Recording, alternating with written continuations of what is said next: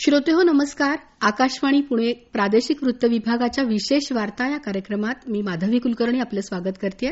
श्रोतेहो, विशेष वार्ताच्या मागच्या भागात आपण राष्ट्रीय स्वयंसेवक संघाच्या शताब्दीनिमित्त संघाचं सेवा कार्य या विषयावर शैलेंद्रजी बोरकर यांच्याकडून माहिती जाणून घेत आहोत. याच कार्यक्रमाचा उर्वरित भाग आज आपण ऐकणार आहोत. शैलेंद्रजी, कोरोनाची तर आपण म्हणूयात जागतिक आपत्ती होती, पण इर्षाळवाडीसारखे किंवा माळिणीसारख्या घटना असतील, लातूरचा भूकंप असेल, या सगळ्या अशा नैसर्गिक आपत्तींच्या काळातही संघ स्वयंसेवक खूप खंबीरपणे देशाच्या पाठीशी, राज्याच्या लातूरच्या भूकंपातली तर घटना आढळते की अनंत चतुर्दशीचा दिवस होता.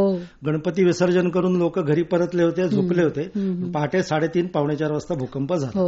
भूकंप इतका भयाकारी होता की 350-400 गावं त्याच्यामध्ये बाधित झाली. मृतांचा आकडा सुद्धा 8-10 हजार 12 हजारापर्यंत गेला.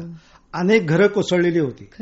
अशा परिस्थितीमध्ये सकाळी 6:45 वाजता ज्या किल्लारीच्या केंद्रस्थानी भूकंप होता त्या किल्लारीच्या परिसरामध्ये वैद्यकीय औषधं घेऊन, अन्नोपचाराचं अन्नधान्य घेऊन अशी स्वयंसेवक मंडळी सकाळी 6:45 वाजता पोहोचली की सरकारी यंत्रणा यायची होती.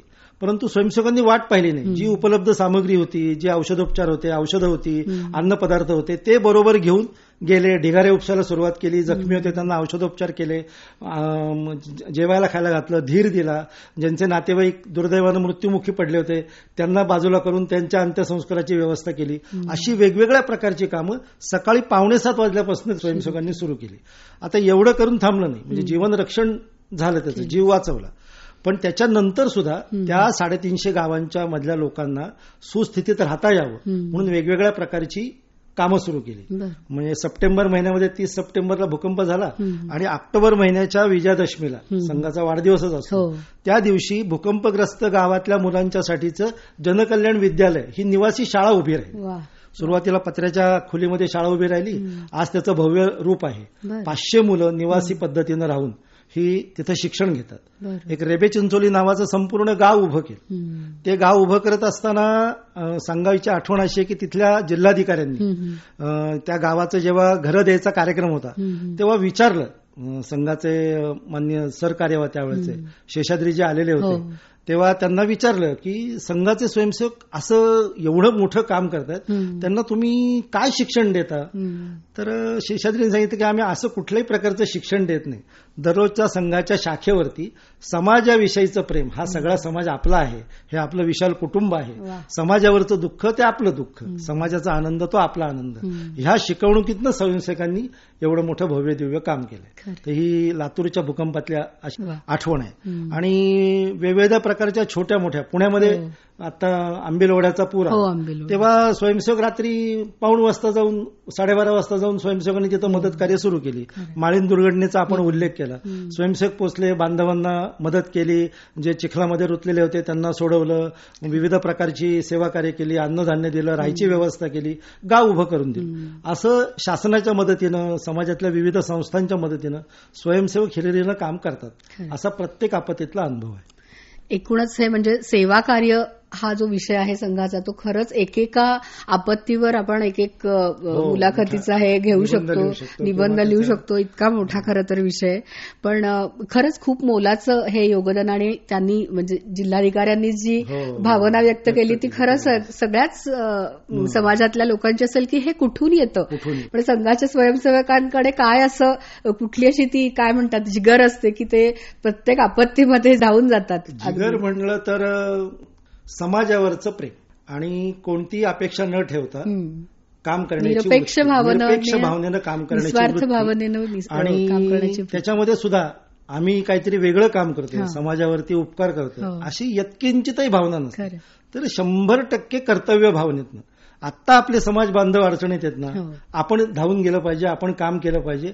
मग प्रसंगी आपल्या जीवाची पर्वा न करता सुद्धा स्वयंसेवकांनी खूप मोठी सेवाकार्य उभी केली, असं चित्र दिसतं.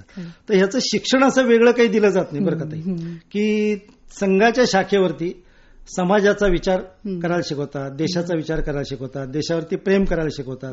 रोजच्या संघाच्या प्रार्थनेमध्ये एक ओळ म्हटली जाते, परम वैभवम नेतुमे तत्स्वराष्ट्र, म्हणजे आपल्या भारत देशाला वैभवप्रत न्यायचंय. आणि हा सगळा हिंदू समाज आपला आहे, आपलं एक विशाल कुटुंब आहे. एवढ्या शिकवणीतनं हे सगळं सेवा कार्यांचं मोठं विस्तार जाळं सगळं पसरलेलं आहे. सब समाज को लिए साथ में आगे है बढ़ते जाना. वा, क्या बात आहे. शैलेंद्रजी, 100 वर्षाचा हा सगळा पट आपण खरंच म्हणजे छोट्याशा एका मुलाखतीत नाही, त्याच्यासाठी खूप विस्ताराने बोलायला लागेल. पण थोडक्यात मी आता विचारते की संघाची पुढची वाटचाल नेमकी कशी जाणार. एक खूप मोठा टप्पा आपण पार केलाय, त्याच्या पुढचं आता कशी वाटचाल असणार आहे. आता संघाचं शताब्दी वर्ष या येत्या विजयादशमीपासून म्हणजे 25 सालच्या विजयादशमीपासून शताब्दी वर्ष साजरं व्हायचं. तर ते रूढार्थाने शताब्दी वर्ष साजरं व्हायचे म्हणजे भव्य दिव्य कार्यक्रम करायचे किंवा समारोह करायचा आहे असं त्याचं स्वरूप नाहीये. तर ती आगामी कार्याची वाटचाल, असं तुम्ही आता जो प्रश्न विचारला, त्याच्याशी संबंधित असे वेगवेगळ्या कार्यक्रमांची रचना त्या वर्षभरामध्ये होणार आहे. म्हणजे सेवा कार्यांच्या मध्ये वाढ होणारच आहे. तर सेवा कार्यांच्या मध्ये आता आपण सेवा कार्याच्या विषयी बोलतोय म्हणून, बाकी मग हिंदू समाजाचे मेळावे आहेत, घराघरामध्ये जाऊन संघाचं काम सांगणं असा एक उपक्रम आहे. ज्या भागांमध्ये संघाचा राष्ट्रीय विचार पोचलेला नाही त्या भागामध्ये विविध वैचारिक कार्यक्रमातून तो विचार पोहोचवणं असेल, संघाच्या विषयी गैरसमज आहेत तर ते दूर करण्यासाठी काही वैचारिक कार्यक्रम आहेत. अशा पद्धतीनं संघाचं शताब्दी वर्ष साजरं होतं. सेवा कार्यांचा विचार केला तर संघाने 4 घटक असे मानलेत की ज्यांच्यापर्यंत आता अजून सेवा कार्यांचं ही गंगा पोचलेली नाही, तर त्यांच्यापर्यंत पोहोचवायचं आणि त्यांना समाजाच्या सगळ्या मुख्य प्रवाहामध्ये आणायचं. तर ते 4 घटक असे आहेत की वंचित बांधव मोठ्या प्रमाणावरती आहेत, अभावग्रस्त आहेत, म्हणजे छोट्या छोट्या सुविधांचा सुद्धा अजूनही अभाव ग्रामीण दुर्गम भागामध्ये वनवासी भागामध्ये जाणवतो. शहरी भागामध्ये सेवा वस्त्या, मगाशी उल्लेख केला की झोपडपट्ट्यांमध्ये अशा प्रकारचं आर्थिक दृष्टीनं दुर्बल असे घटक आहेत. शिक्षण अजून पोचलेलं नाहीयेत, अशा अनेक मुलं मुली छोटी मुलं अजूनही दिसून येतात त्याच्यामध्ये. आणि सगळ्यात मोठा भाग जो आहे तो उपेक्षित समाज. म्हणजे आज अगदी छोटं उदाहरण द्यायचं झालं तर आपल्या घरांमध्ये विविध प्रकारची काम करायला आपण मोलकरीण असं ज्याला शब्द वापरतो अशा लोकांना बोलवतो. क्वचित प्रसंगी मजूर अड्ड्यावरनं मजूर बोलून आपल्याकडची कष्टाची कामं करून घेतो. किंवा आपल्या आजूबाजूला छोटी स्वच्छतेची काम करणारे स्वच्छता कर्मचाऱ्यांपासून वेगवेगळ्या स्वरूपाचे बांधव राहत असतात. त्यांना समाजामध्ये सन्मान मिळावा, स्वाभिमान मिळावा आणि ते समाजाच्या मुख्य प्रवाहामध्ये यावे, असे हे 4 घटक आज समाजामध्ये मोठ्या प्रमाणावर दिसून येतात.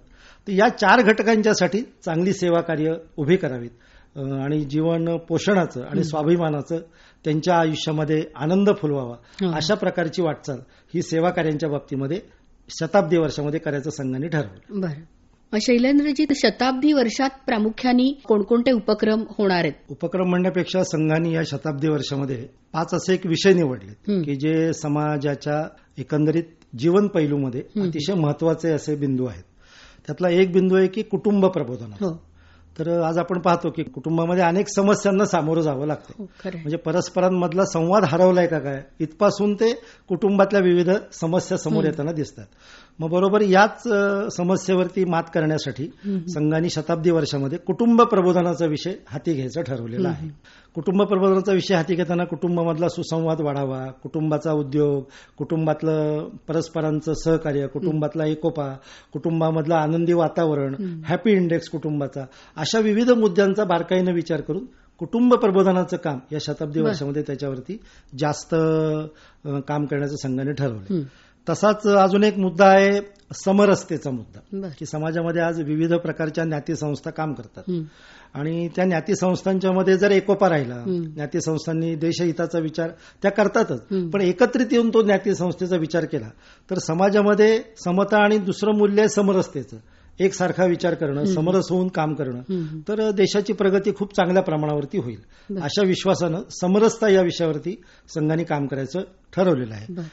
पर्यावरण ही आता जागतिक समस्या आहे. आपल्याही देशामध्ये पर्यावरणाचा म्हणजे ग्लोबल वॉर्मिंग पासून आपल्या अगदी पुण्याचा विचार केला तर पुण्यातल्या पाण्याचा प्रश्न, पुण्यातल्या हवेचा प्रश्न, पुण्यातल्या रहदारीचा प्रश्न आणि त्याच्यामुळे घटत चाललेली झाडांची संख्या, अशा विविध पर्यावरणाच्या समस्या समोर येत आहेत. तर घरातलं पर्यावरण, समाजातलं पर्यावरण असा चांगला संदेश देत म्हणजे जमीन, पाणी, हवा अशा बेसिक मुद्द्यांवरती विचार करून पर्यावरणाचा एक चांगला संदेश आणि पर्यावरण रक्षणासाठीची मोहीम असा एक आगामी कार्यक्रमांच्या मध्ये समावेश आहे.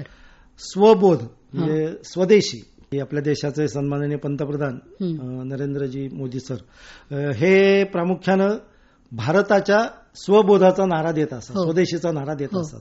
तर तो स्वबोध नेमका काय, आम्ही भारतीय आहोत म्हणजे काय, मग ते धर्माच्या बाबतीत असेल, संस्कृतीच्या बाबतीत असेल, उद्योगाच्या बाबतीमध्ये असेल, जे काही आहे ते स्वतःची ओळख निर्माण करा, स्वतःची ओळख आहे ती पहा आणि आपला भारत देश स्वदेशी, स्वतंत्रज्ञान, स्वबोधावरती उभा करा, अशी एक चांगली चळवळ या निमित्तानं सुरू करायची आहे. आणि एक 5वा मुद्दा अतिशय महत्वाचा आहे की नागरी जीवनामध्ये नागरी कर्तव्य पालन.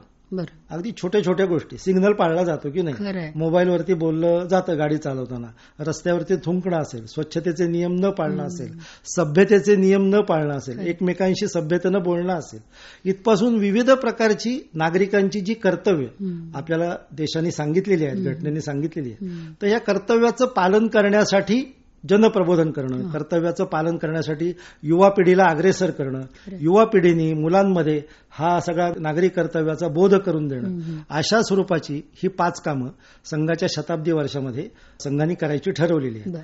कारण ही मूलभूत समस्या जाणवत आहेत आणि काम केलं तर चांगला परिणाम दिसून येईल. शेवटी परिवर्तन झालं तर देशाच्या प्रगतीची वाटचाल आणि घोडदौड खूप चांगली होईल. म्हणून हे 5 विषय संघाने शताब्दी वर्षामध्ये काम करण्यासाठी निवडले.